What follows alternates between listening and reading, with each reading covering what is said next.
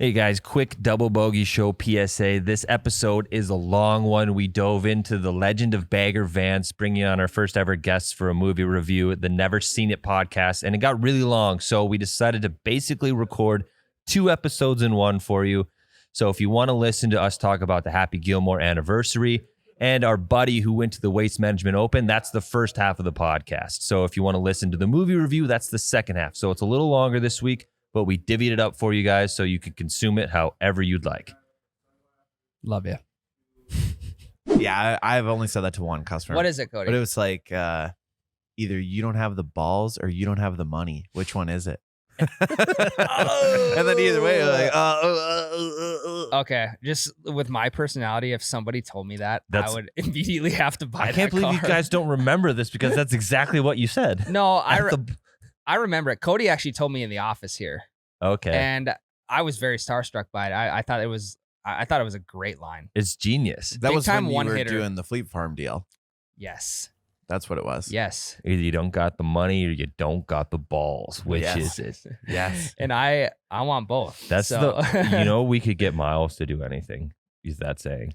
Save Oh, that though. Don't 100%. tell him out Yeah. of context. Save it for a real moment. right, and you right. can use it. Right, like I've been trying to shoot this fucking skit for 3 days. Yeah, he's not going to listen to the podcast anyway. No, so- I know. No, not a chance. No, this is a safe space. We can say whatever we want about Miles. They piped that the wrong fucking way. I'll call the clubhouse. We'll book another 18 for tomorrow. Okay, they cheated on that. They fluffed their balls. Yeah, no better time for the breakfast ball than now.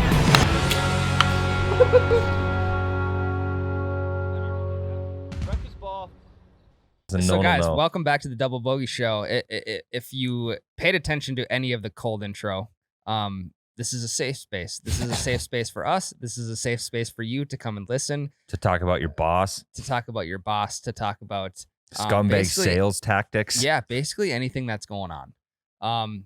So welcome. We're back. This is episode 22, I believe, Cody. 21. 21. We hope that you guys enjoyed the Something interview like with Miss Potvin last week. I went back and re-listened to that. I'm really glad that we did that. It just gave us an opportunity to dive into Cody's past a little bit. And it No also- other golf podcasts are getting former high school golf coaches on. No, I agree. It's And an it, underrepresented part of the golf world that we gave representation to. yes, and Breaking it ceilings. opens the floodgates for other guests on the podcast. So we've been talking a little bit. We want to get a Bev Cart girl on the podcast. We want to get maybe one of our wives / fiancés / girlfriends Oh, on the podcast. Becca would be garbage on the podcast. But that's the bit. That's the good part about it, you know. Hi, I live with Tyler. Hey, also Tyler, this is a safe space. Remember, It's true. no judgment zone. I mean, it's not judgment if it's fact.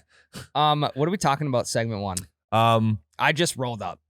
Ryan, I can't believe you don't know. It is the Oh. most beautiful thing that's ever happened to you. The Shooter Happy rivalry is back. 25-year anniversary last week or the week before. I'm not sure when. What It was day? last week. Last week. Yep. Ryan, you could not be happier than watching. How old is he now? 50-some-year-old Adam Sandler still pipe a Happy Gilmore drive. I actually don't know how old Adam Sandler is, but I'll it look seems it up. like he never ages. Hey, Jamie, can you look that up? I'll tell you what, Tyler. Last week was a little bit tougher of a week, right? I was kind of just like staying within myself and not trying to like piss other people off and kind of just push that negative energy onto them. It was a tough week, and then that happened, and then I saw Adam Sandler pipe an absolute piss missile off the tee box, Happy Gilmore style, 25th anniversary. And then not only did that happen, and he comes walking into the camera and he gives a You're dead, Shooter. Yes. Shooter McGavin comes back, and I don't even know if Shooter has social media because I tried to look him up. He doesn't. Okay. Because we talked about that on the podcast before. The Shooter McGavin role ruined his life Which is but absolutely bananas because to me. he couldn't go anywhere And without I- people being like, Shooter. Yeah, I completely get that. That would be an insane lifestyle to live. The fact that you hit one roll, and granted, if you're gonna hit one roll and be known as that, we got delivery guys coming in here. We got Oh my God. I was about to chew ass. Who is it? I don't know. So, We got delivery guys coming in here. We got Bev Cart girls trying to get on the podcast. I really walking right into the bunker. I really hope I hope that was her on the podcast, because I don't know if you saw it, Ryan, but there was red in my eyes and I was about to go off. Who was it? I don't know. I Who think you? who was it, Cody? You went out there. Oh, the FedEx guy. Okay. I thought it was fucking Jake. Oh God. I was ready to go yell. You think he would be here this early? Not a chance. He is so asleep right now. All right, so back to the Happy Gilmore talk. Yes. If you're gonna have one role that you are known for the rest of your life, I think that's the role to have. Yeah, it's a good one. No, without a doubt. But like, if you think about it, what else has that actor done since then? He was the dad in Real Bros of Simi Valley, and Yes. Really? that's all I can think of. You know what's crazy is like I feel like he hasn't really put himself out into the spotlight much with like trying to get big roles. Maybe he has and just hasn't gotten them. He got typecast big time as the shooter, like caricature of a bad guy. Well, it's crazy because if I were to see him as the dad on Real Bros of Simi Valley, I'd be like, what in the fuck is Shooter McGavin doing Exactly. on a Facebook reality show? But I think hopefully the ship has sailed and he has accepted his fate, and now he's going to lean into the shooter is back in the spotlight, and that he will forever be Shooter McGavin. I'm sure he's a very talented actor. He crushed Shooter. Oh, yeah. So I'm sure he could do more stuff. Yeah. But it just kind of sucks that he got pigeonholed into that type of role. But he should have done what Adam Sandler did and make an entire career out of being the same person every movie. Yeah. Pretty much. Yeah. Yeah. Big Pretty Daddy, Waterboy, Happy Gilmore, Like- Billy Madison, Like he's just always Uncut Gems. right. That's a very different role. But most of Adam Sandler's, I would say 99% of his roles is just cool, goofy guy. Yeah. Yeah. Would agree. Yeah. And on top of that, what's wild to me, we talked about this last week, was the synonymous characters from movie to movie Mhm. to movie to movie. I think I just started realizing that like maybe a couple years ago that David Spade, it's Rob Schneider. They're all involved with Happy Madison Productions. Okay, is- that's the okay. That's I did Adam not know that. Sandler's like, I guess, label. But I think, what is it called? The Sandler verse. Well, that's I a love different that. thing. But Oh, I thought that's what you're talking about. All the movies. no, like, what do they call that? It's Happy Madison. Not a label, but like a production team? agency? I don't know. Yeah. Studio. It's part of his studio. Like Yeah. DreamWorks is Yeah. a studio. Happy Madison is a studio. Yep. Yeah. Fuck. Yeah, it's all the same guys. So what I did on the 25th anniversary, Tyler, and this is kind of a national holiday for me. Mm-hmm. I did my due diligence on social media. I kind of gave my 2 cents on the whole situation. Thought it was absolutely electric. And honestly didn't even see it coming. Left work, went through the Subway drive-thru, got a cold cut combo, went home, threw my jersey on, threw my Boston Bruins Happy Gilmore number 18 jersey on, sat in my basement In the one chair. in the one chair. A little backstory. We got rid of our couch and our new one's 20 weeks behind. So I literally have one chair in my basement. It's hilarious. Just set up perfectly in front of the TV, just the one chair. Yeah. And I throw my jersey on, Tyler. It's like, who am I trying to impress here? It's just me. Like, It's very bachelor pad. Yes. yes. Your wife is out of town for work or some shit. You're just alone in your basement wearing your Happy Gilmore jersey. It was electric though. I threw it on and I'll tell you what, you're never going to catch me watching the same movie twice, except for that one. Yeah. I will not go back and watch. Like you and Miles have talked about, you've watched The Office 10 times through. No, or you've Miles watched- says I've watched it once through. That's why, like, when he says Office quotes and expects me to know them, you don't. it's like, that's You just, The Office. well, you go along with it really well because I would have never guessed. Yeah, I have how many no times have you fucking seen Game clue. of Thrones? me Yeah. twice. 'Kay, No, I would've- well, the whole thing front to back twice, but before every new season launched, I would watch the season prior. Okay. That's still a lot. So probably 3 times total if you count all the times I watched the Damn. previous seasons. Yeah. See, I would never do that. Yeah. But you would also never watch Happy Gilmore 10 times over. I've probably watched it 10 times over. Well, you probably get the same. You could probably get the same amount of entertainment value every time. I do. My favorite thing is to, when I watch a movie for the second time or a show for the second time, is to purposely look for shit going on in the background Yeah. that not Easter eggs or little details that you missed. Like Game of Thrones, there's so much foreshadowing going on in the background. Yeah. I'm not that detailed. I Yeah. have a hard time seeing that kind of stuff.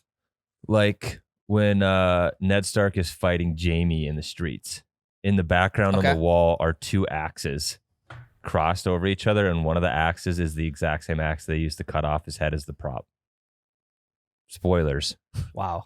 Dang. Yep. So his head gets cut off? Yep. I'm just kidding. I've seen it. What's a fine detail that you've seen in Happy Gilmore? Probably none. There's probably just little subtle jokes. Yeah. Like there's a lot of like posters that say funny shit in Billy Madison, like in the schools. Yeah. It's like there's a poster about sloppy joes, like I'm extra sloppy on like on a poster. Yeah. Yeah. So it's like there's funny shit in the background of comedies. Yeah. I'll be honest too. When I was sitting in my basement by myself, I was belly laughing by myself. To Happy Gilmore. Yes. And it was like after the movie was done, I Jesus. got up. I'm like, I just had a great 2 hours hanging out by myself watching the greatest movie of all time. You're your favorite company. Yeah. Sometimes that is true. Only the voices in Ryan's head are his best friend. I just picture And worst Ryan friend. just drunk by himself in his basement wearing giggling. nothing but this jersey. It's like eating It is like an junk food. XL, dude. So it hangs down really far. You look like the little old lady from the beginning of Happy Gilmore.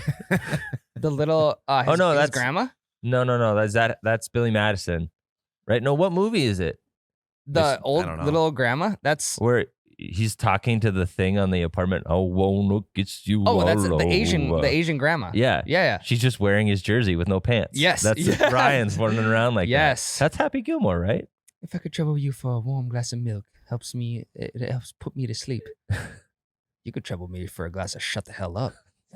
Now you'll go to sleep, or I will put you to sleep. You're in my world now, Grandma. Jesus. What are the god the amount of bits that have come out of that movie? I said it last week. I just don't think they make movies the same. They don't. Well, no one's ever made a movie like Adam Sandler movies. Like And why is that? Because no one else can play that role. Okay. Like there isn't another goofy cool guy like him. Like even the other movies that he's not in under the Happy Madison label are very different vibes. Yeah. Like what's the one with Rob Schneider when he's a bunch of parts animal? Ooh. I'm not sure. Well, I know what you're talking about, yeah, but I can't yeah. remember the name. Deuce Bigelow, European Gigolo with Rob Mhm. Schneider. Very different vibe. Grandma's Boy. Very different vibe. Yeah. Like those movies, think about those movies with Adam Sandler as the main character, and it's a completely different movie. Mhm. Oh, I would agree. Yeah, it's funny you bring that to light, Tyler, because I never looked at it into that much detail. I just looked at it as him being one of the greatest actors of all time. He's a phenomenal Oh my actor, but I think the only thing that makes that statement valid is Uncut Gems. It showed that he has range. Yeah. Because Yeah, without like to show the polar difference Yeah. in characters there actually shows that Adam Sandler's got real legitimate acting chops and not just playing the same guy over and over with a different name. Yeah. No, that's very true. I'm also very biased because I grew up with Happy Gilmore and Billy Madison, Waterboy. Waterboy's Big my Daddy. favorite. Big Daddy was like one of the first movies I ever owned. Me Really? too. On DVD. Me too. Yep. I had Big Daddy on VHS actually. Yep. Yeah. That was one of the first movies I think I ever remember seeing as a kid. I might have to go back and have just like an Adam Sandler marathon by myself in my basement. Have you heard of the Sandler verse theory? No, So supposedly all the movies in some way are conjoined. Well, I believe it. They weren't until Hubie Halloween came out on Yeah. Netflix. Oh, yes. And then they were all brought to light. So Ben Stiller's character, the evil nursing home guy, is also in Hubie Halloween. Yep. Virginia Bennett is also in Hubie Halloween. Yep. Virginia, So- I think it's Vennett, isn't it? With a V? No, it's Bennett. Because you got I think it is Bennett. We looked it Virginia up. Vennett, VV. You got Vicky Valancourt and Waterboy, VV. You have Veronica Vaughn and Billy that Madison, Veronica Vaughn is one fine piece of piece of ace. I would know. No, you wouldn't. You're right. Another great actor, Chris Farley. We won't get into him. R.I.P. Tommy Boy, Billy Madison. It is Virginia Bennett. Yes. Weird. See, there's the other correlation, Tyler. VVs across the board with Happy's lovers. What is Adam Sandler's real wife's name? That's a good question. I didn't She's even in know he all. was married. She's in all Virginia his Vaughn. movies. No way. Yeah, No, I don't know. His actual wife? his actual wife is in all the movies. Her name is Jackie Sandler. Let me see. She's in all of them. She's always a background character. Dude, No way. Ryan's just Now blown away. I know exactly who she is. She's in. I've seen her. She's not in Billy Madison or Happy Gilmore or Waterboy because those are too early. But Yeah. when he got married, she's in everything. She's one of the Hooters girls in Big Daddy. Yes. She is. That's fucking wild. She's in Hubie Halloween. She's in Grown Ups. She's one of the desk clerks in Just Go With It. Yes. She's in all sorts of stuff. Dude, That's crazy. Adam Sandler marathon coming up. Too bad it's Monday. Too bad it wasn't Friday because I'd start tomorrow. Or I'd start tonight. Just do one a night. I should. Start tonight with follow his filmography. So go to his first movie and just start watching them one a night. Okay. God, that's a great idea. So then you'd be I'm Billy fucking stoked right Madison, now. then Happy Gilmore, then Waterboy. No, you'd probably be it'd be Billy Madison, Happy Gilmore, Little Nicky, Wedding Singer. Little Nicky. Mr. Deeds wasn't mixed in there. That's a later one. okay. It'll be so Waterboy will definitely be before that. Yeah. But just think about it. You got Longest Yard. Fuck, I'm forgetting about all these movies. Yeah, you've got all of the grown-up movies. Hubie Halloween. I watched that one. The worst movie of all time, Jack and Jill. I've never seen it. What Where about he 50 First Dates? That one will be That like was okay. right around the Big Daddy era. Yeah. Okay. Yeah. Homie's got a big filmography, but Yeah. we cannot sit and talk about this too long because we've already recorded our Legend of Bagger Vance interview, and that son of a bitch is long. Yeah. So oh, we're- that's this episode? That's this episode. Oh, son of a gun. So we're going to wrap this up. And right after this, we're going to have our coworker, our friend, our pal, our what else? Our recent visitor of the Waste Management Yes. The best golf tournament of the year, the Waste Management Open. Our very own Carson, the print shop guy, was there. Open. Yeah. And he's going to tell us all about it and what it's like to be at an actual PGA event. Be right back. Sure. Welcome to the podcast, Carson, the print shop guy. We didn't come up with a nickname for you. Do you have a nickname you'd like us to call you? I mean, Carson, the print shop guy. It's a good start. We can PSG. get it rolling with that. PSG. That's good. I Yeah. like that. It's Kinda like sounds like- RG3. A Yeah. little bit. Yeah. He didn't last too long though. No, Now, you've lasted longer than he has so far, so congrats, my guy. that's true. Your knees are good. Like everything's fine. Oh, in the knees? ACLs Yeah. haven't went out on Nothing you. Actually, tore. you did have an ACL. I did have one go out on me. Yeah, So, Maybe might it have- fits then. Yeah, we might have to divert to a different name. Carson Yeah. the PSG. Carson, welcome. hey, thanks, boys. One of my close coworkers helping us out in the print shop. The reason we want to get Carson on the podcast is because Tyler and and Cody have never been to a PGA Tour event. And, Carson's been working here for about 6 months, dives into the golfing culture a little bit, hanging around us a little bit too much, Mhm. and just casually decides to go to the Waste Management Open. First question is, how the hell did you get time off from Ryan to go to this? Right. You know, I will say it wasn't easy. How many asses did you have to kiss? Both my ass cheeks. I had to sweet talk Ryan a little bit, but thank He, you. We were able to get some time off, and he did it for content. He knew that if you went, we Yeah. could have you on. We can have him on the podcast. I knew that we needed to talk to someone that has been to a PGA Tour event. For one, during COVID at a PGA Tour event, like we've all seen Waste Management Open, 17th hole par 3, absolutely electric in the stands. 16, baby. 16, sorry. What was just give us a quick recap of like how many people were there? Were Yep. they serving beers? When did you have to be quiet and when did you have to be loud? Shit like that. Yep. Yeah. So I mean, going into it, I've never been to even a high school golf tournament. Cody has. Cody got kicked out of a couple For a of them. very actually. short I time. heard about that. Yeah. So going in, I've never been to a golf meet, golf tournament, nothing. So, I didn't know what to expect. There's usually like 100,000, 150,000 people that are normally there. And so this Yep. year they cut it down to like just under 10. Damn. So that in itself was unique and different than they've ever had it. So I will say it wasn't as rowdy Yeah. as it usually is what the I heard. That was like Kind of why you kinda- wanted to go. a little bit. Yeah. Somebody told me that it's like the Wii Fest of golf tournaments. Sure. Yeah, the Waste Management is notorious for like that's where you get the rowdy crowd. Yeah. That's where Really? you got the loud Yeah. dudes That's the party one. Yeah. chirping golfers. Like, Dang. yeah, what? God, who was it?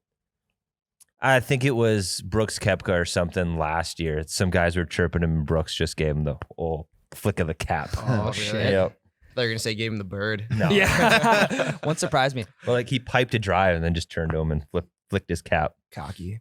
Yep. I love that. Mhm. That's something I would do probably. After you piped it 390. Yeah, oh yeah, yeah. After I Um, pipe that 100-yard drive, I'm flicking that cap hard. So Carson, 100%. question for you: what is the bev cart girl situation? Bev cart girl. Okay, so I will say there no actual bev cart girl. okay. Disappointing. But so where I was positioned, I kind of strategically tried to put myself in this position. Because you're always trying to impress the bev cart girl. Yes, yes. So they had like instead of the bev cart girl, it was like the tent The girl. Bev Cart tent. The Yeah, the bev tent. Yeah, Yeah, the beer garden. yeah. So to say. Mhm. Yep. And so it kind of sucked.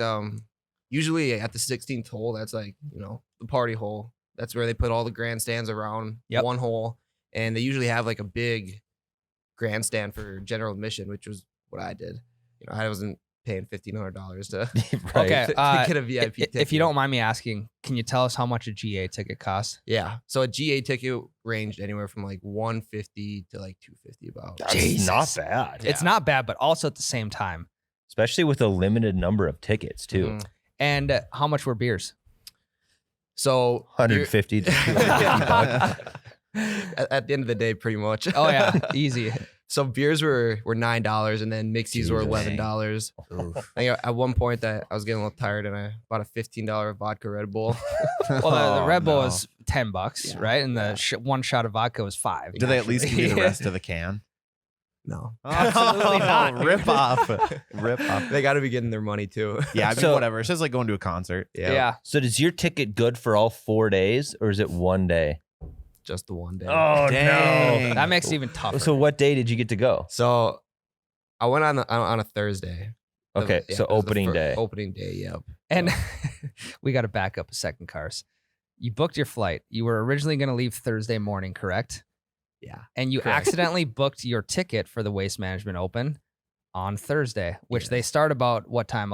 10, 11 a.m.? First TF was at 7 a.m. 7 a.m. And you're flying out what time on Thursday morning? About 11:30. Oh Dang. So So you only got half of your tickets worth. Exactly. So I think I was set to get to the airport at like 2:30 that day. And as soon as I booked it, I go to my buddy Brendan, and I'm so pumped. I'm like, dude, we're going to the Waste Management Open. And he's like, oh, great. I'm like, yeah, we get there at 2:30 on Thursday. Like, wait, isn't the tournament start on Thursday? Oh, no. So And that's when you get a head start on the airplane. You start boozing there. Yeah, I mean, that was game plan. But Sun Country, due to the COVID, yeah. doesn't serve alcohol on it. Oh, Oh. They serve coffee and water, but What? Yeah, No exactly. Wow. I mean, it makes sense. Coffee and water. yeah, aren't I mean, killing yeah, it. it makes sense. But also, you called an audible, right? You kind of took. I think like Jade and I might have pushed you over the edge a little Yep. bit. We're like, if you want the full experience, man, you got to leave on Wednesday. Yep. So you did a little digging. You found out that you could actually leave Wednesday. So you ended up getting it all figured out. Yep, we did get it all ended up figured out. Had to pay a little extra money, but I mean, You're already $200 deep in the ticket. yep. You're already going to be $100 deep in beers Yep. the next day. Might as well. Yeah, so that was pretty much the game plan. And like you said, I had to pull a good audible, old Kirk Cousins, Yeah. and changes the Check down. changes the play at the line of scrimmage. Hey, no, it's like an extra $500 to change his flight. And Carson's like, fuck, well, I'm gonna hopefully win 500 on like Bryson DeChambeau winning the tournament. So I'm gonna pay this anyway. Hopefully I get paid back later. Did you have money on the tournament? I wish I would have. I didn't think of Oh, dude. That Oh. it. So it was Super Bowl weekend, and so I was already like Yeah. thinking of prop bets and who I was gonna take for the Super Bowl, and I didn't even think of it. I wish I Damn. would have. Because that's the point where, like, if you bet on the field, you're chirping every golfer Oh yeah, that's not in Yeah. the field, hoping Yeah. them to just drop one stroke. Like, I could be a part of just one stroke dropped. yep. So what's the environment like? I know they got like judges and officials standing around with the quiet signs, whip those babies up when they're about to hit. Like what That's what they're doing, correct? Yep. And is everyone being quiet at that time? Like, is it, they call it a gentleman's sport. Mm-hmm. Yeah, it's interesting. So yeah, they have the judges on the side. It's a lot of people that are traveling with the crew. But I mean, as far as the crowd, like you could tell, I got there at like 10, 11 a.m., probably 10 a.m. And it was very even keel crowd right away. Yep. Not too rowdy, people respecting the game and Yep. not chirping or anything, but you could tell as the day went on and the drinks started flowing a little The bit $11 more. drinks were flowing. Yep, the $11 drinks were flowing, and then at about like 3:00 on, that's when like fans started to get Really? chirpy and start chirping the players. Yeah, So will they kick someone out if they're not quiet when they I should didn't be? see anyone Okay. that got kicked out. But my If it was buddy- the Masters, probably. Yeah. yeah, absolutely. So I went there with my buddy Brendan, and then we met up with two of the other guys that we knew that were at the tournament, and he was just in the bag, and he didn't give a fuck. We were sitting up on the hill, Yeah. and he was just. There was probably like 5 other guys on the hill, and I think it was Justin Thomas was coming down at us, and he's talking to me in the same volume of voice that I'm talking to you right now. Yeah. Just no fucks given. Yeah. Yep. And the caddy turned back at him like twice and was like, shh, shh. And it just kept talking like this. Oh, no. shit. Yeah. And then Yeah. JT piped it anyway. Yeah. JT was like -2 at that point. So Yeah. he was chilling. Dude, Uh-oh. being a caddy would be tough. Yeah, Ryan, I caddied for you. It's impossible. Well, carrying the bag is tough enough. But when yeah. So you went to a real professional tournament. Yes. We are trying to get Ryan into the Pine to Palm, and I found out, Ryan, all you got to do is pay the entry fee. No shit. How So- much is it? Oh, I don't know, but you're Doesn't in. matter. You're in. We're getting in. You're in. Do you have any advice Whew, I'm nervous. for this future tournament golfer, Ryan? After seeing the pros do it, what would you tell Ryan and his caddy to do for the Pine to Palm? So I gotta understand. So Pine to Palm, what is that? That is a pretty prestigious local tournament in Detroit Lakes. Oh, in Detroit Lakes. Okay. So like former pros have played in it, like really good golfers have played in it, but it's obviously not on the tour. Yep. Okay. Interesting. So, an advice for Ryan. I'd probably say, since we have been practicing in the bunker here, just act like you're in the bunker when you're putting. 8-footers all day. 8-footers all day. 80% from Yep. 8 feet. So act like you're in the bunker. We'll bring Jake, who will be saying dumbass shit. We'll have Cody being a scumbag to the fans. We'll have Jared dropping weird, quirky one-liners. Yep. We'll have Miles telling you ain't shit. And then I'll be there to talk to you about movies way too in depth. And Carson will be asking for time off. No, and you'll no. sink every single putt. Hey, That is a perfect recipe. yeah. I might not be the best golfer, but I'm definitely going to have the best crew. Well, Lakin will sit in there and be like, I hate golf. Yeah. No, Miles would be there and be Sure. like, Make hey, him- let me get it. Can I take that next shot? Yeah. You better let me in there and take Yeah. this next one. for Let, you. let Dad do it. I've been off air for too long. I got to get back in this spot. That's No, perfect though. That's a perfect recipe when you put it like that. Can't lose. Yeah. So you just- all you got to do is pay the entry fee. Yeah, and you're in. Yeah, we gotta see how What if much I that get is. paired up with some fucking old pro? So I don't know exactly. I think the first day it is just stroke play, and then it's match from there on out. So it's like a tournament, Carson. Okay. So they get X amount of people in a bracket, right? Yep. And you literally just play head to head. And if you beat that person in the round, you move up in the bracket. Oh, really? Yeah. Head to head. So So it's like a if play. you did get put up against just someone get who's waxed. This is pretty gonna be legit. insane, dude. First drive off the tee box, I'll have shit coming down my leg probably. Oh, so as you should. I'll be so nervous. here's what would be funny. Like That's all I need though. I need to get You're- that first shot of the way. Yep. you're a good enough golfer that if you play really good, people will think that you're just like a really good golfer that had a bad day. Yeah. You know? True. So no one would be the wiser Yeah. that we're just a couple of idiots that are doing this for a bit. Yep. Because really, no one, whether they're listening to the podcast or they've seen the videos, like no one knows like my actual skill level at Right. golf besides you guys. Mhm. And I'll tell you what, it's not that great. But it's good enough to pass as just like, oh, this guy had an off day. Yes. Yep. True. I'm getting nervous just sitting here. I want you to do it, man. This is the first I've heard I of have it. to. I want you to. No, mean, you're doing it. I'm When bringing is it? my blowhorn. Cody, can you Google the Pine to Palm? Yeah. Think if we got like a big ass cheering section just for me. Yeah.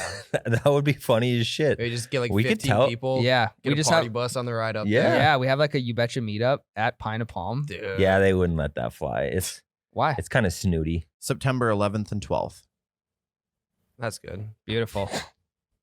I got plenty He's of got, time. yeah, to I got time prepare to then. practice then. Oh yeah, the entire season to get ready. Let's go, dude. Like we're just not going to put out a single video. It's just training montages. No, I love that idea. Carson, anything else on the waste management that you wanted to touch on? Yeah, Yeah. what was the coolest shit? Would you go back? I would go back, absolutely. Yeah. I think it'd be way cooler with more fans, but a couple cool things that I wanted to touch on was like, so obviously, like I said, I couldn't get into hole 16 because just the general admission pass. Yep. So the next hole is hole 17. It's a par 4, and you have the hole and then water all behind it. Oh, So like if you hit the ridge, like you're going in the water. See ya. And it's awesome because right over that patch of water, there's just like this bluff covered with lawn chairs. So Yep. everyone is just sitting on the lawn chairs. You got the drink tent behind you, so it's easy access. And then you got dudes sitting in the water. And so you Yeah. got just boys just fucking chirping these guys, smoking on their stogies. Really? Oh yeah, yep. Smoking on a stogie or a cigar or whatever, and every time, like everyone hit it in the water. It seemed like Yeah. because it's like it was such a difficult hole. If you hit a certain spot, it was going in the water. No matter what. So that made it even more electric when someone didn't go in the water. I'd say it was electric when they did because everyone would go, boo. Or, oh. Damn, dude. So they'd hoot and holler at them when it did go. Yeah. You Tough got to get crowd. you got to get squirt guns, and every time someone goes in the Yeah. water, you try to spray them with your squirt gun till you get kicked out. Hey, next time. Immediately. you lose $150, Yeah. but you go down. You end up on ESPN. Yeah. Yep. Yeah, Like, you put a prop bet down. Will anyone get kicked out of Waste Management Open for shooting a squirt gun? And then you get kicked out. That's like what the dude from the Super Bowl That's did. Streak, The yep. streaker. He tried betting on himself. Yeah, so from what I heard, he was on a podcast that popped up on my feed, and the only sports book that didn't pay him out was Bovada. Oh, really? So he got paid out like $304,000, and he had Damn. he would have got paid $70,000 from Bovada, Yeah. but never got paid out. Why? Yeah. Because he fixed the books. I'm 100% with Mm. Bovada. Homie cheated. like shoeless Joe Jackson. Right. So what he should have done is he should have just had his buddy. He should have just had his buddy shoulda speak just- for him and said, "Hey, I'll split it with you." Right. And then you don't say a goddamn word about Well, it. yeah. You know, they Yeah. did. And he was did, telling From everyone. what I understand. No, his buddy his distracted buddy- the guy. But Yeah. he would have ran across. He was the first one to try it. Okay. His buddy was going to run across, but they caught him right away. Oh. I thought that was the plan. Like buddy was going to go out and get caught on purpose. I thought he was just the fail safe. Like, hey, if you get caught, then I will come out there and do No, it. I thought they did it by design. Oh, I like the guess that buddy makes runs sense. out, gets caught, distracts the guards, then he goes free. That makes sense.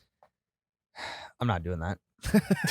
I'll For watch it. $300,000, I'm doing it in 0.2 seconds. Well, essentially, it's only like $1,000 to get out of jail. so- Exactly. You pay your fines. Think about you, the margins. Yeah, you go down as the guy that streaked during the Super Bowl that got paid to do it. that's like 10 years of work. Yeah. Working at You Betcha. You know how much time you could get off with that money? True. You know how many shirts I'd have to print to make that much money? A lot. You're telling me. So you should have streaked at the Waste Management Open. Or you could have skinny dipped at the Waste Management Open. True. Go In that water. in the pond. That And would've been who's gonna perfect. come and get you? What are they gonna You're dive in the naked. water after you? Yeah. Are they gonna tackle, or are they gonna try and like they're gonna try and what the fuck's when you're just swimming in place? Doggy paddling or Tread water. Tread water. Why can't I think of that? You know how to swim? What are they gonna just tread water and grab a naked dude? Yeah, I mean, No. I wouldn't. No, Yeah, yeah, leave like- him out there. Just let him Like, go. buddy at the Super Bowl got absolutely popped at the 1 yard line. Yes. Yes. He did make the one guard miss pretty bad. Yeah, He broke the dude's that was, ankles. That was Yeah. nice. Put the brakes on. What happens if you get past all the guards? Then what? Do you do a second lap? I think you turn just around No, and keep you going? run until you get caught. yeah. Like I there's just don't want to get hit like that. That There's looked the- like it would hurt. That's there's why like you go skinny people. dipping at the Waste Management Open. Yeah. So if you Lot look, safer bet. if you YouTube successful like streakers or successful people that ran on the field, they hop back up over and they get back in the stands and they just let the guards take them away. Yeah. Oh, okay. I don't think yeah, I've that even. makes sense. I don't think I've seen a successful streak. I've never in live time, but Yeah. I've seen it like YouTubed and stuff. Okay. You know the internet. I think I've heard of it. Yeah. Yeah, that Dude, thing. the players on the field at that time, they got to be having a heyday with that. Like if it happens once and not every single game, Yeah. I would get super Yeah. annoyed if I was a player Oh, and it yeah. happened to every 100%. game. It looked like they all kind of ignored it at the Super Bowl. They're just like, They're Yeah. told to ignore it because Oh. if they bring attention to it, it's just giving the streaker what they want. right. And the NFL does not want streakers. Yeah, I suppose. PGA may want skinny dippers though. We The don't know PGA that yet. needs to change. There's a lot of people not wearing shirts in Happy Gilmore. That's true. No? Happy. So anything else? Any other Rules. cool tidbits you want to share you think the viewers would like to hear? Yeah. The I actually listeners. have a question for you guys. A strategic question. Okay. So you go to the Waste Management Open. Like I said, $9 beers, $11 mixies. It's hot out there. What are you drinking? Fuck, dude. Definitely not a Bloody Mary. No bloodies. I like the vodka Red Bull move. It's a long day. Mm-hmm. I think I start with those though. Okay. And then I move to something probably just something really cold and refreshing because it's going to be hot as shit. Sure. So I'm not drinking like something super, super sugary. I might go whiskey waters. Whiskey waters. Okay. So then you're getting the hard stuff, but like still staying hydrated. Yes. That's a good move. And just because like if you drink like a Captain Coke, it's Mhm. super sugary and there's nothing worse than a really sugary, like syrupy mouth when it's Yeah. hot as hell. Yeah. Sugary, syrupy. Syrupy. I'm drinking beer Uh, the whole time. Yeah, beers are a good move too. Really? So, but you're sitting there, like I said, it's hot out. You got to drink that thing fast. Yeah, that's Oh right. yeah, that's why I think saving a little extra money on beer. Just throwing it in a You Betcha foam koozie that you can get on St. Patrick's Day with any order over $10. Any order, Any order at all, no There you go. price. no price, free. Just if you just inquire about the koozie, we'll send it to you. No, I'm kidding. Not true. I'm drinking beer the whole day. Bold strategy, but I respect it. It's refreshing. It's too hot though. You're not going to get drunk off of just beer Yeah. unless You have you're to drink them literally fast, though. That adds up though. Yeah. You are gonna get drunk though because it's hot out. You're gonna be dehydrated. You're gonna get. But you're sweating the beer out as fast as you can put it in. You're sweating the water out that is hydrating you. No, the beer's liquid. It's coming out too. I know. That's why sweaty drunk people smell like booze. Or the next morning when you're done drinking, and you just have the sweats. More water than booze though. Like when you go to the bathroom after, like when you break the seal during a night of drinking, like I feel like you're just pissing out the water. That is That's- the only thing that's hydrating you. It's not how it works. Yeah. Well, I know that's not how it works, but No. that's how I think about it. Okay. All right, I will let you have that. Yep. I'll show myself out. So another thing that was like kind of problematic was, they gave you these disposable cups. Like you go to Brick House Mhm. for your birthday, and they give you one of those like tin Yep. gray cups. They're kind of like that, and I didn't want to like throw them away because I'm like, these pretty sick cups. I Collectible. might take them home. Yeah. But it's like by the end of it, I was walking with like 10 cups in my hand. Hey, you just filled your cupboard with brand new Brand new cups. cups. Yeah, Yeah. Right. absolutely. Matching set. Yeah. It's In a that fine too. china. I just felt bad after I threw like half away after a while. I felt bad walking around looking like a soak at the golf tournament. You go Collecting cups like you're at a county fair. Yeah. So how big were the $11 drinks?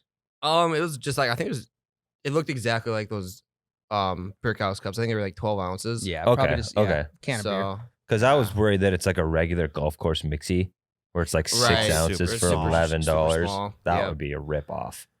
Then I might switch to beers, Ryan, if the beers are bigger. But anything else, Carstaddy?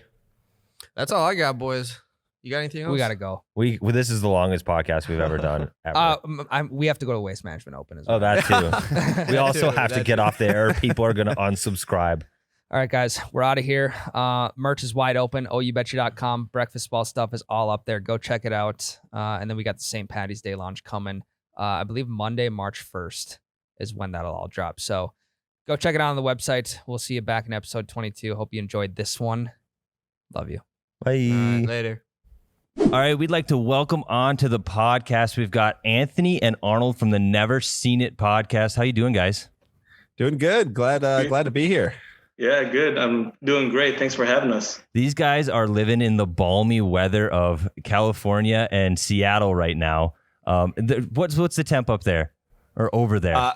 In Seattle today, it was chilly here today. We were like 28, maybe 30. Oh, we had some God. snow. Yeah, it was kind of chilly over here too, bro. It's like right now it's like 63. Oh, no, don't you say that to me, dude. Don't you say Oh, that just to kidding, me. just kidding. But it's been super windy though. A bunch of trees got knocked down, but I can't complain. Yeah. Sunny. Well, you know what they say, if it wasn't for the wind, it would be too bad. That's right. So tell us a little bit about you guys, what you do, a little bit about your podcast. Yeah, go ahead, Arnold, please. Well, so of all of us, well, okay. So I got a normal job. I work in philanthropy, but I'm a foodie. I'm a Renaissance man. I'm into all kinds of things. All things pop culture. Been going to San Diego Comic-Con for, it would have been 22 years if it weren't for the pandemic. Dog lover. I love all sorts of things, all kinds of side hustles and flip life, and hanging out with and doing the podcast. Never seen a podcast with Anthony and my brother Alex and the other guys on there, Justin and Adrian. That's a little bit.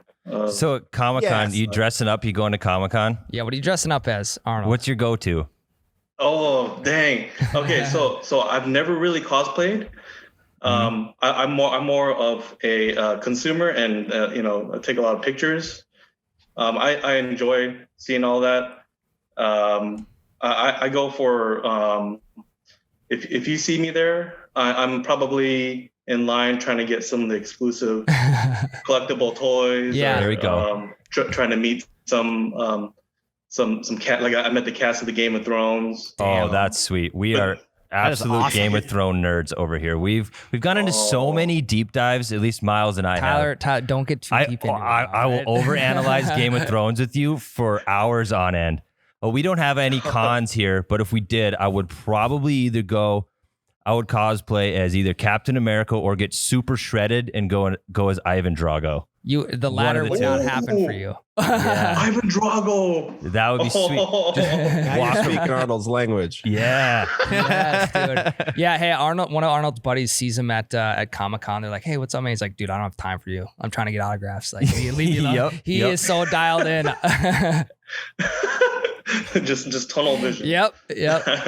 One time, actually, we dressed up as Comic-Con security, like a group of us. That's a good way to get tossed. Roll up on like random people and pretend like they were some sort of celebrity, and then like 10 of us. We would just walk up to somebody and we're like, "Watch out! Excuse us! Coming through!" And then they're like, "What the heck?" Yeah. And we're just having fun doing it. And then, Front of the line, baby. My cousin Clark, who went to San Diego State University out there, he even had like a wig, a mustache, and then one of the girls that we did that to, she was like, "Clark." If I could show you a picture of his security outfit and his short shorts, you would laugh. Is he looking Reno pretty? 911. Yeah, I was just gonna say that Reno 911 to a T. He's got the new boot goofing. but kind of ripped Filipino, kind of shorter guy. Yeah. I like that. Anthony, what about you? Introduce yourself, man. Yeah, so I was native to Southern California as well. Grew up in the Coachella Valley right there with Arnold. Now I'm up in the Pacific Northwest out in Seattle. But we all got together when I was still down in California, and a bunch of us movie buffs just decided, hey, why don't we do a podcast together? Arnold, in the group of our friends, is one of those guys that hasn't seen a lot of the movies that we all have. Yeah. But he's seen a lot of movies that we haven't seen, because I never watched a lot of Jean-Claude Van Damme or, like Rocky or anything like that. And Arnold did. So we decided, why don't we do a podcast where we take our buddies and we watch the movies that they didn't see growing up or somehow managed to miss. And so that's what we did. You were talking about Ivan Drago. We watched Rocky. That was Arnold's pick. That's a classic. Yeah, I was like, Well, that's, in my mind, hands down, pure entertainment value, the best Rocky movie. I will debate anyone on that. Well, if that's the best Rocky movie, then the Rocky movies are they got a lot to ask. Hey, I don't know. There's a lot of holes if you're looking at it from a writing and quality movie standpoint. But if you want to be entertained for 2 hours straight with ridiculous montages, terrible dialogue, that's all it is, and freaking robots, it's the perfect movie. Ryan, I cannot wait for you guys to talk Legend of Bagger Vance. I'm going to chime in every once in a while because I'm like Arnold. I've seen a good share of movies, but probably not the ones I should have. Sure. So have either of you seen Legend of Bagger Vance before today? I had. Oh. I Okay. love this movie. Okay. Yeah, Interesting. So again, growing up in Palm Springs, golf capital of the world, it feels like. Mhm. And so my dad was a big golfer. So anything golf came on, we saw it. So Legend of Bagger Vance, I've seen it, love the movie. I'm a huge Will Smith fan as well. So this was just like a trip down memory lane for me when I rewatched this the other night.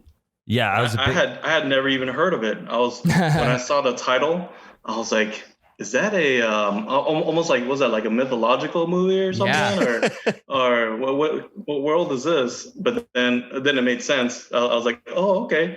Because you guys do a lot of sports stuff. Or golf. We're primarily a golf podcast. We like to consider ourselves. We sum up the podcast as we're the conversation that you have in the golf cart. So we're not serious golfers by any way, shape, or form. But we like to have fun on the golf course, and golf movies I've always wanted to review movies. I'm a huge movie buff. I watch way too many of them. But so we figured out this is the perfect avenue for me to watch whatever I want and not get in trouble at home. So there you go. A lot of questionable takes from your side too. I do have some questionable takes. We'll get into them. Trust me. Oh, I'm excited. Let's dive in, man. Yeah. All right. So right off the bat, we're starting with the opening scene. The old man on the tee box shanking one into the woods is the epitome of what we are. That is us. Yes. That is us as a podcast. That's us as golfers. You love starting off a movie with a little bit of relatability, Tyler. And that they were relatable right off the bat. So what was his line? It's been so you guys watch your movies while you record, right? Yeah, so the structure that we do, and we're actually going to change it now because doing it the way we do it was way too demanding. We would devote about 4 hours a night to recording because we would do about a 30-minute intro. We would watch the movie, which would take anywhere from 90 minutes to 2.5 hours, depending on the film. And then we would record the next bulk of it. And that could go anywhere from 30 minutes to an hour, depending on how, the conversation How flows. ridiculous Rocky is. Exactly. Yeah. So now we're going to be switching it up a little bit, and I think we're going to watch the movie on our own the week prior, take notes, and then come into the conversation. Okay, so this frees up a little bit of work home life. The 4 hours worked in COVID when we were all stuck at home, but now as we're getting back to work, our time is becoming limited. He said something along the lines of he's hitting more golf balls into the woods than he is on the fairway, and I couldn't relate to that anymore. So my only note is the old guy is a vibe until he has a heart attack. Yeah. I don't know if you guys caught this or not, but when he does go into the woods to find his ball, he picks it up and says, "Wizard 2, why not?" Like it's obviously not his ball that he's found that he's now going to hit for a second time. And that is also so us. Very. Yeah. Just a little bit closer to the green, I'm taking that ball 100%. And I actually didn't know that the movie, like I was a little bit thrown off with the start. I didn't know that was going to go into like a Adam Sandler Click style movie where it's kind of just a full flashback or like. Well, Adam Sandler, you didn't know it was a flashback till the end. You know now. You do. So we're watching the Click of golf. Yeah, we'll go with that.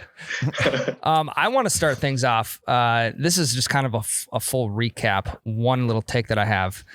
Adele is batshit crazy. that is, you're cutting right into like the first third of the movie. I know, but I have to get that out in advance just so everyone knows where I stand. All right. It is pretty wild to determine you're going to play that golf tournament, considering the current climate of that movie. I don't know about you guys, but I can't imagine anyone going to watch a golf tournament during the Great Depression. Is that too hot of a take? I don't know. You guys tell me. I mean, again, it's not like they're doing much else, right? I mean, what did she put up? Go ahead, Arnold. I mean, there had to. I mean, I don't. not that knowledgeable about the Great Depression. I forgot about a lot of stuff from school, but Yeah, me too. there have to have been people still with money though, right? Yes. Oh, yeah. And I guess those are like the cream of the crop people, and women, like Charlize Theron, attracting guys to play in the tournament.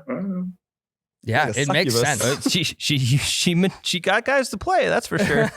we'll get to that note eventually. So, old guy has a heart attack finding his ball. Right. Yep. The next scene is the little kid, the old guy, except young now, and he's hitting that ball while that other group is trying to play. I'm chasing that kid down. Oh, absolutely. Oh, right, yeah. It's some little kid's gonna come and interrupt my round like that. I'm like, what are you doing, dude? Right at them too. Right at him. Right at them. Well, so did you guys, was that transition clear to you guys? So, because I watched it with my girlfriend and I had to pause it about 10 minutes in because she goes, wait, is that old guy the same old guy as this old guy? And I'm like, no, this old guy's the kid. Right. She didn't catch the flashback Yeah. moment of it Yeah. right off the bat. But I mean, everybody else caught that. Yeah, I caught it. Yeah. Yeah. It was a little hairy for me. I'm not gonna lie. I didn't know that until the end of the movie. That's Are you I'm serious? like, Shit. oh, okay, yeah. Well, that then was who the old did you guy. think the old guy was at the beginning? I just thought he was this omnipotent storyteller, and that Yeah. his death leads into this action. I don't know. It was so confusing for me, that transition. I'm not No, against like- it. The further it My went down. girlfriend's literally like, is somebody going to check on the old guy? Yeah, right. Where's the Bev car girl? Is she coming around? There's an old guy in modern day golf, and they're just showing the Great Depression for some reason. Like Is he okay? He had time to tell that whole story, but meanwhile, no one was in the tee time behind him. They could come and check and see what's up. oh, you know? we lost Arnold.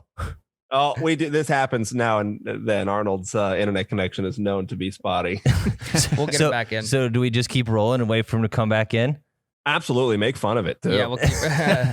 We're down one guy. We're down to four. His internet connection is about as clear as the transition from old guy to young kid. Yes. To be honest, I was actually kind of looking into it a little bit too much. I'm like, was the Wizard 2 ball that he didn't hit have some sort of magical spell of some sort on it? Yeah. I'm thinking this movie's going way geez, different Cody. routes than what it was Yeah. actually going. You think he like Black Knighted into the past? Yeah, exactly. That was kind of at first. I'm like, would it have something to do with the ball? Yeah, that's why it was kind of confusing for me. Okay. Yeah. So I'm glad it wasn't just my girlfriend's just redeeming quality there. I guess. Hey, welcome back. Welcome back, my friend. Oh, yeah, sorry about that. How was your flashback to the Great Depression? He put in too many gigahertz and gigawatts. Right, Arnold? Yeah, all the megabytes, man. Just This a girl lot with the of connection. a lot of ramming going around. Yeah. RAM, lots of RAM. So like now we get into Adele, right? Batshit crazy. Apparently Ryan thinks she's crazy. Someone's got to agree with me on this. I do think she's she's crazy a little bit. And this happens later. Again, I'm jumping way forward, but when she interrupts, what's the main golfer's name again? The main golfer. I also Matt have Damon? Or Ranulph Juna. Yeah, Juna. Yeah. She stops him in the middle of the match and says, basically gives him like the relationship talk. In the middle of it. In the middle of the match. She had to pump him up. I mean, it worked. He got a. Oh, we'll get to my thoughts Okay, on the keep going, tie Tyler, later. keep going. Holy crap! So she sets this whole tournament up. I have a note for some reason. This is the problem with me watching this a week ago. I forget what some of my notes are. All I wrote is Bobby Jones looks like Sam Club John Cena. Sam's Club, John Cena. I did think that. I was like, man, this guy's like a skinnier John Cena. Pre hitting the gym. Yeah. Yeah. Pre-WWE. Creatine. Yeah, and so then I have a line for. Oh no, I remember where this is from. Okay, so they're trying to get this tournament set up, and all these old Southern guys really want somebody from Savannah in the tournament. And the little kid's like, I can get Ranulph Juna to join our tournament. Right. And this old dude yells, and the kid runs out of the building. Right? He yells, "Fly, lad, with Wiggins sandals on your feet." What kind of line is that to hype this? He's not even in the room anymore. I think it was more so like just him to like the golf gods. Like, we got to get this guy to play. Yeah, I mean, I don't Was know. that the guy with like the the curls on his hair, like Yes. you know, Yeah. I believe so. Yes. It was I remember definitely a the- crazy old man thing to say. Yeah, he was one of the judge's cronies. Which leads me to my next note. The judge loves breaking and entering. He is just in people's houses. Oh yeah. Did you guys notice that or what? Am I crazy to think this guy's just walking into people's homes? Yeah, but he's the judge. I mean, what are they going to do?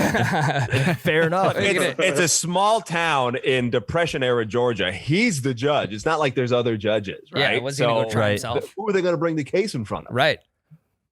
Right, and he can just acquit himself even if they tried.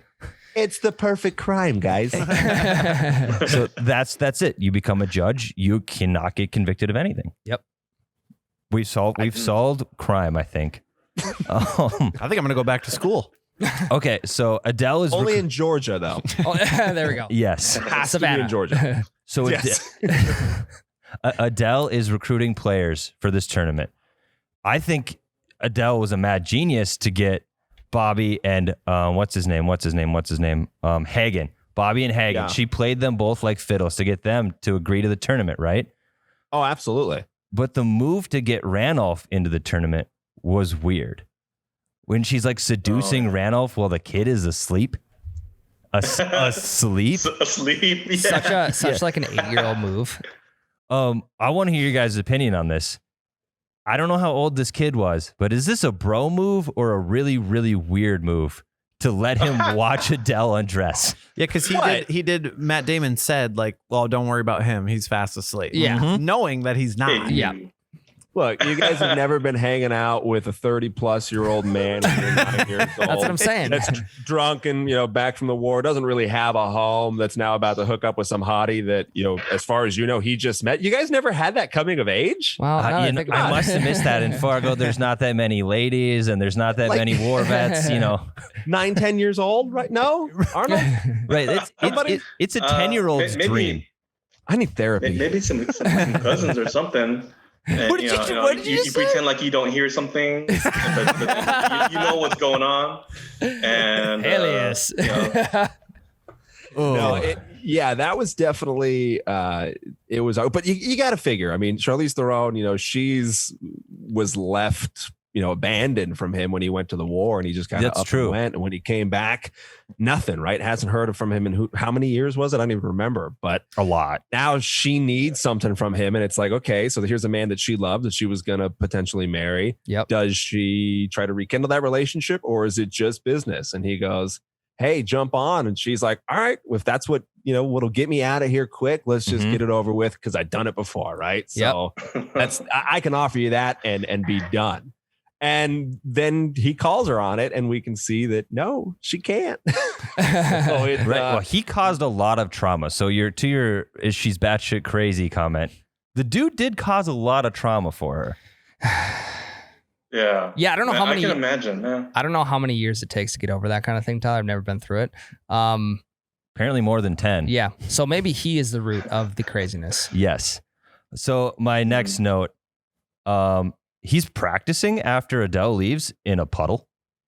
Did anyone notice that? There's perfectly normal ground right next to him, but he's deciding to hit shots off the deck from a puddle.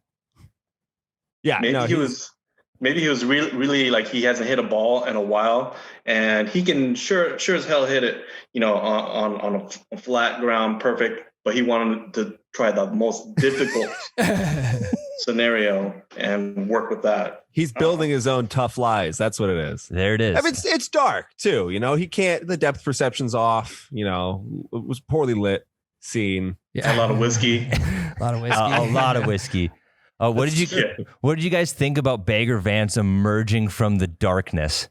I love his line. In the same Yes. direction that he's hitting all the balls. That leads to the best line of the whole movie. What's that? Oh, it was Tyler? great. Where he's like, what are you doing out there? I could have hit you. He's like, oh no, sir. I figured after watching you hit the ball, positioning myself right in front of you would have been the safest position. Yeah, which is Electric, dude. perfect. Yeah. I love that line. I loved that scene. I'm a big fan of everything with Bagger Vance in it. I think Will Smith crushes this role. Oh, it was such quick Yeah. and sharp dialogue. I love that, he's like, no, don't pay me any of the winnings. I just want the $5 guarantee. Yeah. Yes. Yes. So I love all the just the symbolism or how you can look at it like metaphorically speaking. It was just beautiful. Like thinking back at it after the movie and just kind of breaking it down, the Arnie way, because I'm so thorough that way. breaking it down like your Wi-Fi. Yeah. Oh. Yeah, it was actually I had to go to the bathroom right quick. Okay. But I just saw the possible. I guess like another part of my background is very much grew up like in a church world and in a Christian home, and so just the almost like a Jesus coming walking into his life sort of thing. Oh yeah, He's definitely a savior figure. Yes, Yeah. without a doubt. I have a theory that I want to run by you guys at the end of the movie discussion right. that I have not Googled. I'm sure people have talked about it a million times, but I refuse to Google it because I don't want to find out until we talk about it first. Hey, can I just All make right. one more remark? I agree with everything about Bagger Vance, but he is not a good caddy. Oh, I have notes about that too. Okay. Okay. Are you gonna disagree with me on this? No, one? no, I agree. Okay. Well, it's both. It's both. We'll get to it. Jumping ahead again. His first piece of advice Bagger Vance gives him is about the authentic swing. And Right. the authentic swing it's a good analogy that I'm going to use for the rest of my life because I personally don't have a bad swing. I have an authentic swing. There we go. Anytime anyone talks shit about my swing, It's I your just tell them swing. it's authentic. Yeah, I authentically hook it into the. Yep. Anthony's been watching the videos, man. You can't get past that. Yeah. I'm just imagining it's my swing. So Well, it's all over the damn place. I can tell you that much. So that goes to the note on you thinking that he's a bad caddy. Imagine you're in this high stakes tournament with the two best golfers in the entire world, and your caddy's talking shit to you mid swing. In a sense, that might fire a guy up. It would fire It would you probably up. fire me up. Yeah. A good player. I think it almost felt kind of Phil Jackson like to me. Yeah. Yeah. Phil Jackson, he did a lot of normal coaches would have called timeout or something, but he would let them play through it. But for a Bagger, he would he'd mess with their made them think, and I don't know, it just seemed very Phil Jackson-y, very. No, I like that when mental there's game. create Yeah. the motivation if there is none. Mm. One other thing I skipped over it. Do you think that whole thing on the green with the grass is true? Like the grass is pointing towards the sun, so it's an easier lie if the sun's Yeah. away from you. Yeah. I don't know. I believed it. I got it too, Arnold. Yeah, I think so. And again, my dad played a lot of golf growing up, played it in college. And then again, I don't know if it was just a dad thing where he's like, yeah, that's true. It, as it changes in the different parts of the day, it does run differently. And so breaks one way in the morning, one way in the afternoon. I was like, I didn't know that. I don't know if he was blowing smoke up my ass just like the movie was, but it sounded legit. Maybe Yeah. he just watched Bagger Vance and he's like, yep, this is true. That's where he got that info too. Yeah. So we're at the halfway point of the movie. Any notes you guys want to share? Any hot takes? Any takes at all? Oh man, I kind of like what Arnold was saying. I love the philosophical stuff that Will Smith's character of Bagger Vance had with Matt Damon's character, and it was really, hey, yes, you have this this game that we're playing, but it was an analogy to life too, right? It's you're gonna let things distract you from your life, but if you can look through all that and deal with it rather than like burying it or drinking booze, all that stuff, you can push through it and you can get your game back, right? You can find your natural swing, the natural flow to your life. And so the analogy of life to the game of golf, it was a fun analogy to see, and you see that all throughout the movie. Yep. And those little tidbits that Will Smith's character of Bagger Vance gives Matt Damon throughout, it just does. It touches little areas of his life, and it's exactly what he needed to hear in that moment. Well, and the thing I liked about that analogy too is it's a lot of movies like this try to take themselves too seriously and make the analogies these super out there takes. But this was a realistic thing that I think anyone can apply. You just take your situation and tweak it so the analogy fits. Yeah. Yeah, great take. I definitely felt that. Like, you put it very well into words, Anthony. I wouldn't have been able to do it that well, but I definitely felt that when watching the movie, and thinking back at it.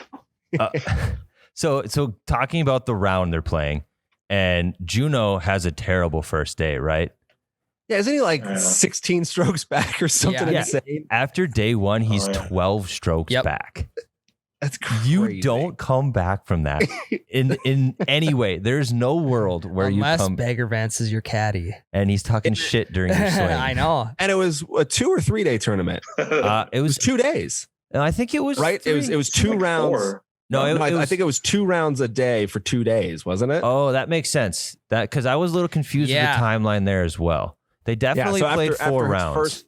After his first round, so the first half of the day of the first day, he's like 2 games back. Well, apparently if you bounce one off the pin midway up the pin and drop it into the hole, you can come back from anything. That's true. That shot was ridiculous. I'd rather be lucky than good. Hey, that's very true. He hits a hole in one in that round. Yep.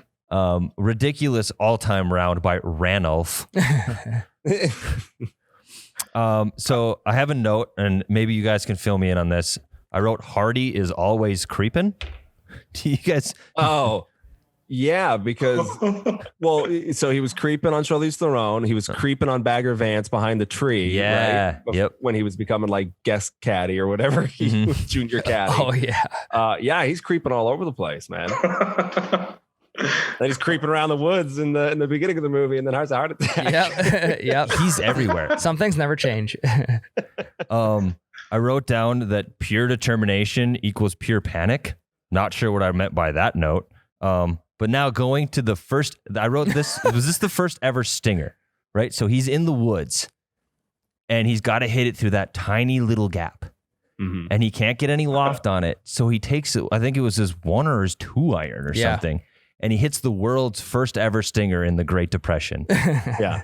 Ryan, how many hacks is it taking you to get out of the woods in that situation? Because it's taking me, I'm still in that woods trying to get out right now, if that was me. Yeah, club choice is completely different for me. I'm going like pitching wedge. I'm just gonna start wedging it over trees. Anything I need to do to get into trouble, out of trouble, I'm doing it. I'm taking a penalty and throwing it out of the woods. You're taking the drop. Yeah, 100%. Also not a bad move. That's probably where I would have died, because I would have hit it into the tree, back at myself, and knock myself out. And that's when your flashback starts. That's when my flashback starts. So I'm not all that educated in golf. So like in that scenario, it was. Did anybody follow him into the woods? Like, did a judge follow him? So I was thinking the exact same thing that you're thinking. Like, why not just cheat if no one's looking, right? But at the very end of it, when he hits it out, the people there, you can see behind him, there's a group standing that can see him in the woods. Okay. So they did cover their ass a little bit with that one shot.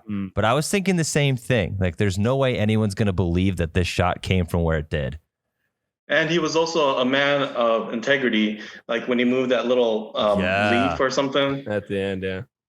Yeah. So I have a note that says I am 100% not taking that stroke. Yep. I wrote no chance I'm taking that penalty. 0. But what would make? I guess that tells you. Oh, I was just gonna say. I guess that tells you what kind of a athlete or competitive player I am. Yeah, I'm willing to cheat. Yeah, I'm right with you. Don't worry. I don't think anyone here, unless Anthony, would you take the penalty? Even the judge was like, in the darkness, things can shift and not really move. Like they're trying to be like, come on. We know what kind of judge that guy is already. Even the other players.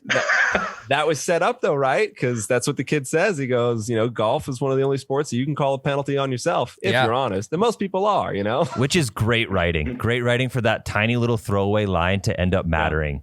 Yep. Yeah. We have a resident scumbag golfer in our producer, Cody. He's kicked out of high school golf twice. Cody, would you have taken that penalty stroke? In a tournament setting, yes, I would have. Come on. I have never. You would. Come no. on. I have very high discretion when it comes to integrity and morals. And in that situation, 100% I would have taken it. You don't. I'd like to say that I wouldn't, but I would rather be kicked out or not win than win and know that I didn't really earn it. I know that seems really canned. All of a That sudden, seems our really resident canned. scumbag is all high and mighty, and he's got a conscience somehow. I have said I've never cheated in a tournament. Now, Yeah, you did. You got kicked out of a tournament for cheating. unintentionally. Okay, Did he say on a technicality? On a technicality, asking a guy what club he was hitting, which is against the rules, automatic DQ, which is really not that bad. Bananas rule. So Golf has a lot of weird rules. It does. It really does. what would you guys have if so let's say you two are the other two golfers at this tournament and they're telling him to take the stroke. If I'm them, I'm like, this Juno guy, he does not get it. Like, we're trying to give you a stroke, man. I'd be more annoyed with him for not taking it than I would be for taking it. Do you fudge one to give it back to him? Ooh, that's a tough question. I don't know. I don't think I would. That's his bed, right? It's his bed. Yeah, he's lying in it. exactly. Like, I don't got to throw my game. Right. Also, like, what was considered a stroke is not. It's not going to make a completely different shot from him. It literally moved half of an inch. The shot's still going to be completely the same. I could understand if like in pool, if you hit the ball like what is it, less than 6 inches, they say it doesn't count as a stroke. But I'm not counting that because it's not going to set up a different second shot for me. That's true. It really does not affect you in any way except internally. Yes. Is the rule in golf like it has to move a certain amount, right? Or is it any movement at all? Like if it just shifts from its original position? If it was caused. So let's say you move. So in today's golf, that wouldn't be a penalty stroke because he removed an impediment. Yeah. Yeah. But I think it's a little fuzzy. So if he removes the impediment and it advances the ball towards the hole, then it's a penalty stroke. But if you just move the impediment and it doesn't improve your lie in any way, I think that it's okay. And under those circumstances, his lie did not improve one bit. That we know of. Yeah. Yeah. I mean, it is a movie in the Great Depression. So. Right. blame the Depression. Yeah. Yes. All the events leading up to the final hole, I thought were great. Like, I thought the whole moral dilemma over the penalty stroke was great. Hagen hitting that shot off the island barefoot, I loved yes. every single second of that. What did you say? Something like, I got some friends that are mermaids. Yeah. Something ridiculous. Yeah.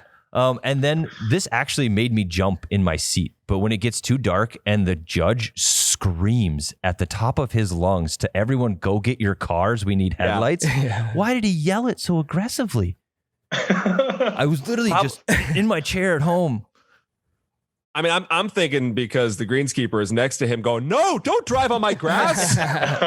No doubt. Well, so he's got to be over that guy. Yeah. To take it a step back, how did it get dark so quick? Yeah, it was one shot. It was one shot, and they had started the hole, and there was at least 30 minutes of sunlight left. And they're on the coast. Yes. Like, mountain. Yeah, there's nothing covering the sun up before it goes down. We didn't even get a cheesy golf montage to show that time had passed. Yeah. That's one thing that the movie lacked. A good montage. A good Yes, cheesy if they could take any notes from Rocky IV, it would be more cheesy montages. And more Russians. Yes. Yeah, a distinct lack of Russians in the Great Depression era movie. Untapped realty. Yes. Or a Belgian guy doing some splits or something. I have not listened to that episode that you guys have done yet, but I am a big time blood sport guy. I think it's the perfect amount of ridiculous. So I'm excited to listen to that one. Yeah, that was an interesting movie. I'll leave it there. It's so bad, it's entertaining. Go watch the episode.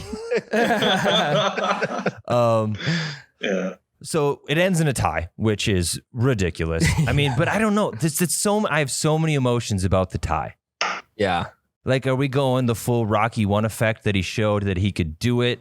Or are we going that it was a moral battle that he proved to himself? Or is it just like we didn't want to pick a winner? Because one of those guys, I think either he or Bobby could have won and I'd have been okay with it. Yeah, I mean, although to me, I look at it and I go, okay, had Juno not just vomited all over at the first round and had the worst round in the history of golf, he would have smoked these dudes 16 or 12 shots back to tie it.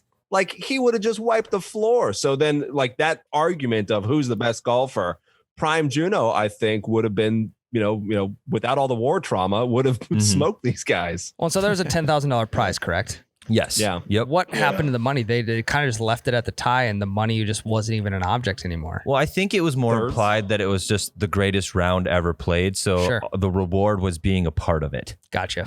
She probably didn't have any money. She didn't probably. I think one thing too that made the tie sit a little better with me is that Juno knows he won that game because he took that penalty stroke. He doesn't take that tiny little penalty stroke and he wins outright. Yeah. But he stayed true to the game and still tied.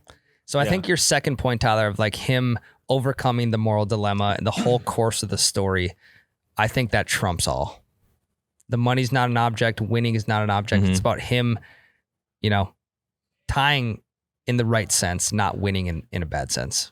Yeah, I'm with that. In reality, though, because he only paid Bagger $5 and the other guys had to pay a percentage of the winning fee, he won more. He so did the win money more. kind of worked out too. Yeah. If they got paid.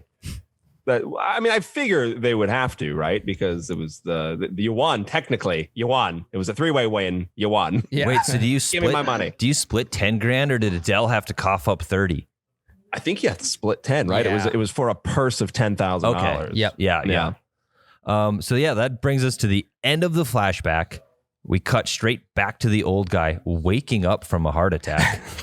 Waking up. Wasn't it like his fourth heart attack too? Yeah, they said he's had like Fifth. 4. Yeah. Fifth. Okay. Even better. He looks Real well. Yeah, he looks over and there's Bagger Vance standing behind the green. And on this podcast, we like to play a little game called Is the Main Character a Scumbag? I don't want to play that this week. I want to play Is Bagger Vance a ghost? I think he's a ghost. Go ahead, guys. What do you think? He's like the Holy Ghost. Right, so there's. Want me to present all my arguments? I am in the camp 100% that. So, Bagger okay, Vance- Because I'm torn. So you don't think he's real throughout the whole entire movie? Okay, is what so you're trying to say. So this is a deep cut. I think Bagger Vance is the ghost of someone that died in World War I with him, right? Or the ghost of his past trauma. Bagger Vance shows up in the middle of the night, walking through the dark, out of nowhere. No one asked him to come. He didn't tell anyone where he came from, right? So he interacts with Matt Damon, and the whole time, he's not really coaching him out of golf. He's coaching him how to be a better person and move past his trauma. And He's a life coach. And at the end of the movie, he fulfills that, where he teaches Matt Damon to be a better person and get over his trauma by not taking that penalty stroke, and he walks off never to be seen again until the old guy sees him at the golf course. Now, we know the old guy had a heart attack. That old guy is not waking up from that heart attack. He's actually dead, and he wakes up and he sees the ghost of Bagger Vance on the golf course. Bagger Vance. I think we all agree that he's dead because he wakes up like when he goes into the wood, like he's in woods looking for his ball. He wakes up, he's on the beach again. He's on that course in Savannah. It seemed like True. So he wakes up on an entirely different course. So he's totally dead. I feel like Bagger was real. And he's just, like seeing a mentor or kind of welcoming fatherly figure to welcome him into his afterlife, which is his afterlife is playing golf on the greatest course that, where he saw the greatest golf match ever played when he was a kid. Yeah. Back on that course in Savannah, Georgia. So I think Bagger was both. I think he was real in the beginning and a ghost at the end. Okay. I would agree with that. Great take, Anthony. I couldn't have said it any better. So I'm going to split the difference. Play the middle. Yeah. Yep. Well, that's what I was thinking. But then, so then, say he was a ghost throughout the whole time. Who do you think it was? The kid that would have been actually his caddy? No, because everybody saw him. Yeah, that's and acknowledged him. Yep, he was acknowledged by other people than just Juno and Hardy, the kid. So that was the one thing that I was thinking in my head, like, okay, maybe, but at the same time, he could still be a ghost that everyone is seeing, but his whole mission. Shared hallucination. Yes, something along those lines. I just thought that he was so philosophical and didn't teach any actual golf, just life lessons. He was so cryptic and philosophical with everything he said that like, this guy there's something off here. There's something off. And not a single person in Great Depression era Georgia had anything to say about the black caddy.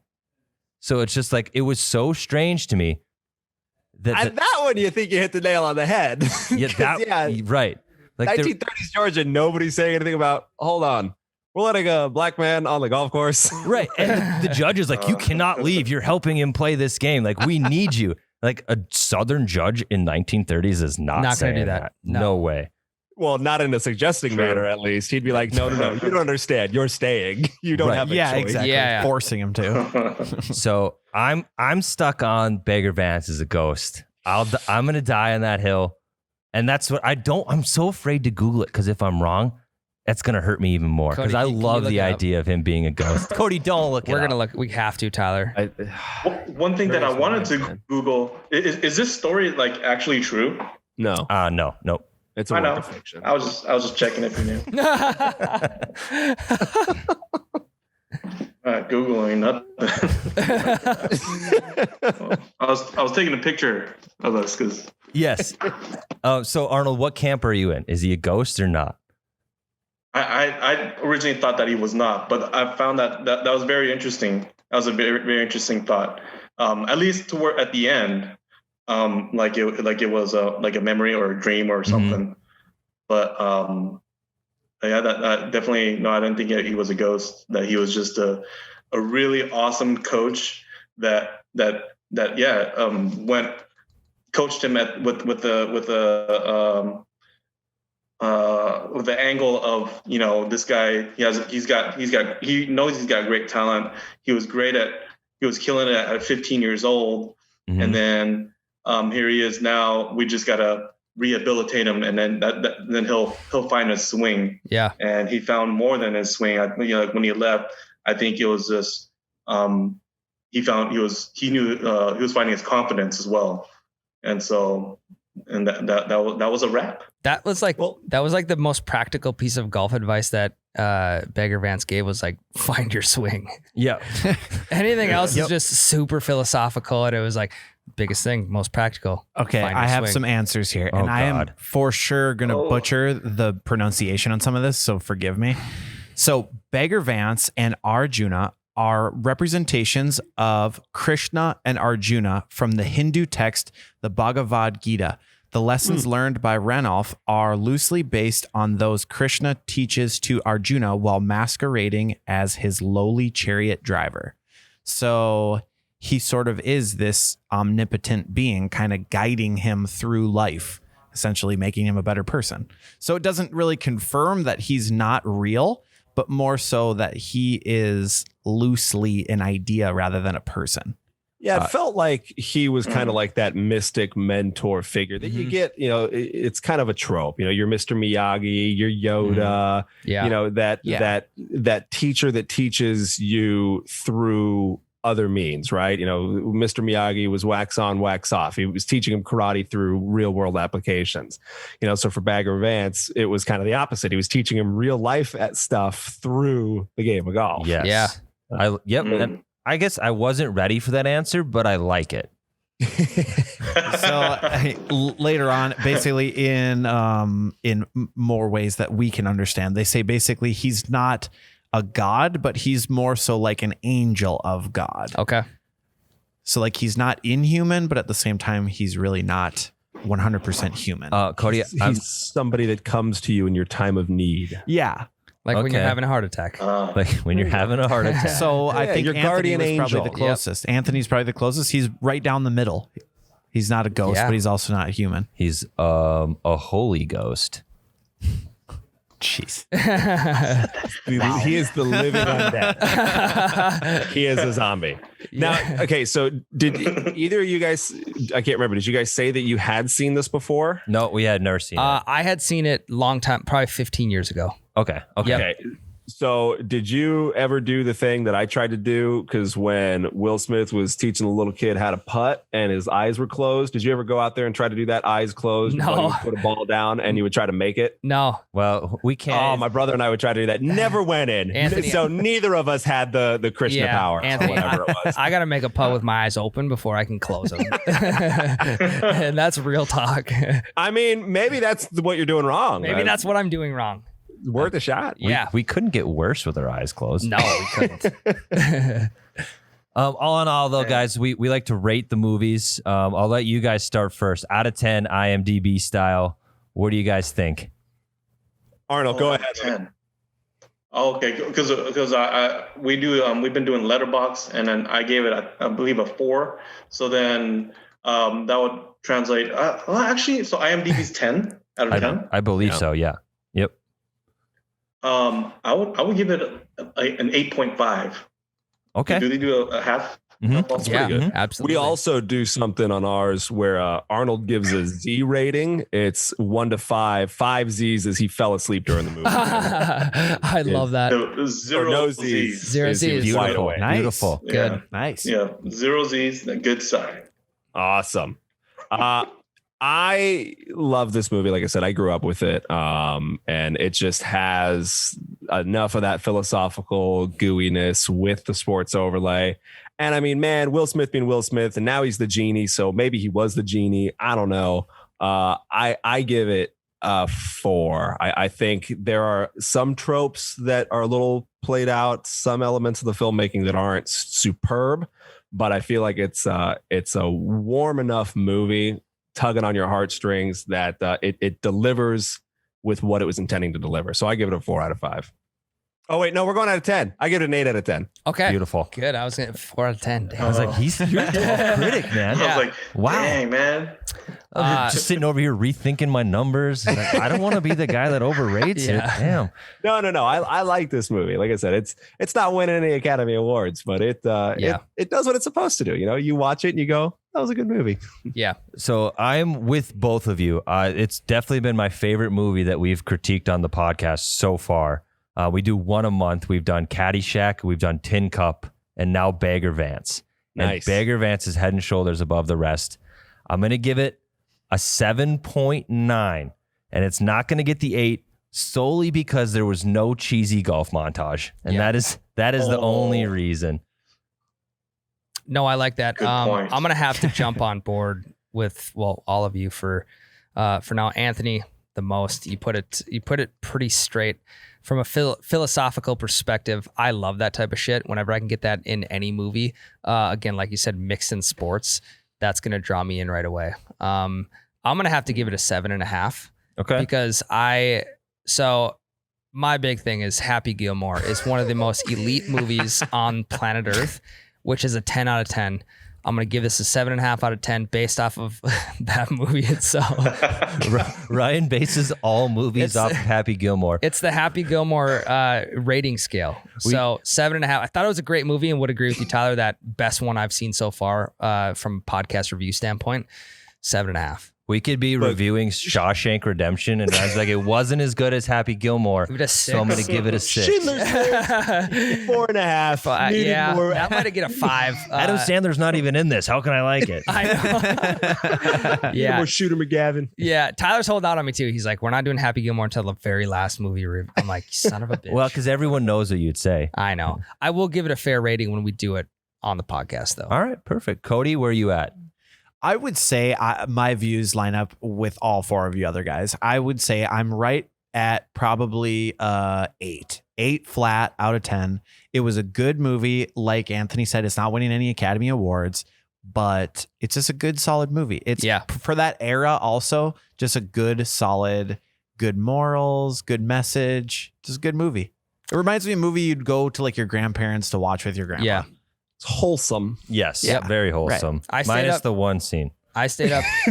Peeping Tom Yeah. scene. Right. I stayed up past 11 a.m. or 11 p.m. just to finish this movie. That's saying a lot. I forgot to watch it and then woke up early that morning to watch it at like 6. Yeah. Whoa. Good movie. Great movie to a very good, a feel good movie to watch Yeah. before you go to bed. Yo, for sure. Mhm. So any closing remarks, you guys? Any last thoughts you want to share with us? It makes me want if the movie made me want to take a crack at golf. I kind of gave up after going to the driving range a few times Hell yeah. with my friends who are really good, and I'm aiming this way, but the ball kept slicing going that way. Yeah, I don't know. I just never went back at it. The most I ever did was miniature golf. Hey, well, just stick with it and find your authentic swing. Yes. Yeah, there we go. That authentic swing. We got a lot of golf courses out here. If you guys ever come out here to the Coachella Valley, Palm Springs area, Escape I the know winter. people. Yeah, same to you. If you Yes. ever make it out this way when it's not frozen, we'd love to have you golf. Definitely. Anthony, how about you? You know what? I thank you guys for having us on. We love talking movies, and we don't talk a ton of sports movies. The only time we ever really talk sports movies is when Arnold brings on either fighting or boxing movies. Yes. And it's just because he loves workout montages. So Yes. I think we might try to make, maybe we'll try to sneak in a sport movie every season or so to flip it up, because you can only do so many art house movies before you got to watch an 80s montage to palate cleanse, right? So, but no, I mean, we thank you guys for having us on. Other than that, I was gonna ask what your guys' favorite golf movies are, period, but it sounds like Happy Gilmore would be the resounding winner, because that was gonna be mine. So, Yep. I mean, Bagger Vance gives Happy a run for his money in my book. It was a good movie. It was very good. Yeah. We'll see. We've got 2 more golf movies to go before we run out of golf movies that everyone knows.